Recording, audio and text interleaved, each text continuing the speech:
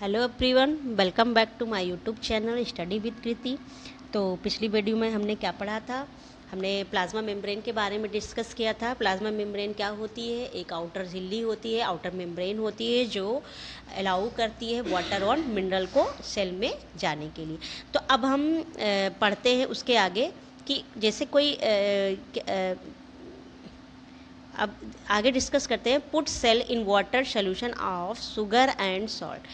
मतलब हमको एक सेल को लेना है, उसको एक वाटर सोल्यूशन बनाना है। जैसे मैंने एक कंटेनर लिया और ये वाटर है, वाटर में क्या डाला गया है? शुगर डाला गया है और सॉल्ट को डाला गया है। ठीक है, तो ये एक सोल्यूशन तैयार हो गया। अब इस सोल्यूशन में हम किसको डालेंगे? सेल को डालेंगे। हमने सेल को डाला, तो जब सेल को डाला, देखो एक तीन प्रोसेस हैं, तीन सोल्यूशन है, एक हाइपरटोनिक सोल्यूशन, आइसोटोनिक सोल्यूशन और हाइपोटोनिक। तो सबसे पहले हम हाइपरटोनिक सोल्यूशन को देखते हैं। इसमें क्या है कि जो बाहर का आपका कंसंट्रेशन है वो अंदर के कंसंट्रेशन से कम है। Concentration of solution outside is the cell less than inside the cell, due to this cell lose water and shrink. तो वाटर क्या करता है? हायर टू लो जाता है ना। तो जब ये अंदर का कम है और बाहर का कम है और अंदर का ज़्यादा है, तो ये वाटर जो है वो क्या करेगा? बाहर की ओर सारे बाहर की ओर निकल जाएगा, बाहर की ओर चला जाएगा, लूज हो जाएगा। तो ये सेल जो होगा वो क्या कर जाएगा? श्रिंक कर जाएगा, सेल हमारा श्रिंक हो जाएगा। तो इस तरीके से आइसोटोनिक भी देख लेते हैं। आइसोटोनिक में क्या होता है? आइसोटोनिक सोल्यूशन में ये जो सोल्यूशन मैंने बताया था, इसमें सेल है। क्या है इस सोल्यूशन किसका है? शुगर एंड सॉल्ट का है।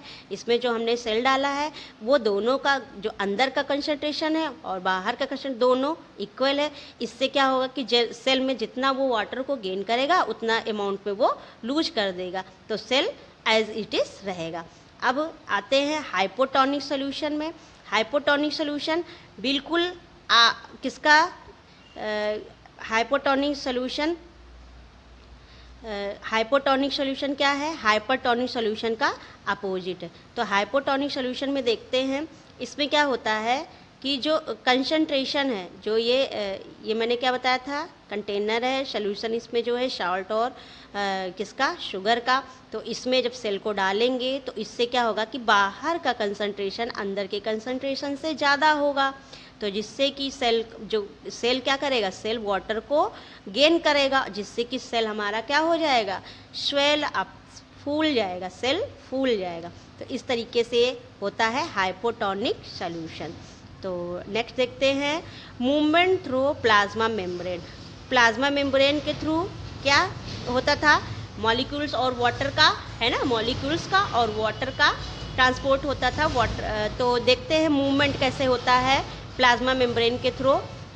सबसे पहले हम पढ़ते हैं डिफ्यूज़न क्या है एंड ऑस्मोसिस क्या है। डिफ्यूज़न क्या है? देखो क्या होता है कि जैसे कि ये इधर क्या है? इधर बहुत सारे कंसंट्रेशन में मॉलिक्यूल्स हैं, इधर थोड़े मंस हैं। ठीक है, तो ये क्या हो जाएगा कि जो इसमें क्या होता है कि हाई टू लो कंसंट्रेशन होता है। डिफ्यूज़न में हाई टू लो कंसंट्रेशन होता है। इसमें हाई टू लो कंसंट्रेशन होता है। क्या करते हैं कि जैसे हमने कभी प्रैक्टिकल ही देखिए, जैसे आप कोई बकेट लीजिए, उसमें वाटर रहता है, तो अगर इसमें हम इंक डालते हैं तो इंक क्या करता है? पूरे वाटर में फैल जाता है, डिफ्यूज़ हो जाता है। तो इसको बोलते हैं डिफ्यूज़न। क्या बोलते हैं? डिफ्यूज़न। और डिफ्यूज़न का जो मूवमेंट, डिफ्यूज़न इसमें क्या होता है? वो हायर टू लो कंसंट्रेशन होता है।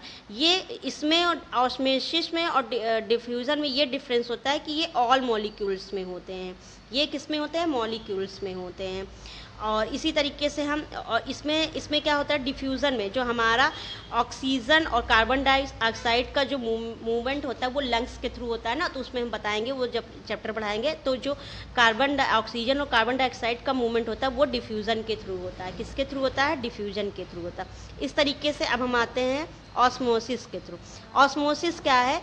ऑस्मोसिस में क्या होता है ऑस्मोसिस में क्या होता है कि जो मूवमेंट होता है वाटर मॉलिक्यूल्स, देखो इसमें कह दिया है वाटर मॉलिक्यूल्स का, वो प्लाज्मा मेम्ब्रेन के थ्रू होता है, उसे बोलते हैं ऑस्मोसिस। अब इसमें क्या है, इसमें कई सारे H2O इधर है, H2O इधर है, H2O, तो इसमें एक बीच में एक सेमी परमेबल मेम्ब्रेन होती है। तो वाटर का जो इसमें मूवमेंट होता है वो सेमी परमेबल के थ्रू होता है, और इसमें वाटर का मूवमेंट होता है ऑस्मोसिस के थ्रू। तो ऑस्मोसिस में सिर्फ वाटर का मूवमेंट होता है और डिफ्यूज़न में आपका मॉलिक्यूल्स का होता है। तो ये क्या करता है, लो टू हाई जाता है और ये हाई टू लो कंसंट्रेशन जाता है ऑस्मोसिस। तो इस तरीके से डिफ्यूज़न और ऑस्मोसिस में ये डिफरेंस मैंने बता दिया, इसके बारे में मैंने आपको डिस्कस कर लिया।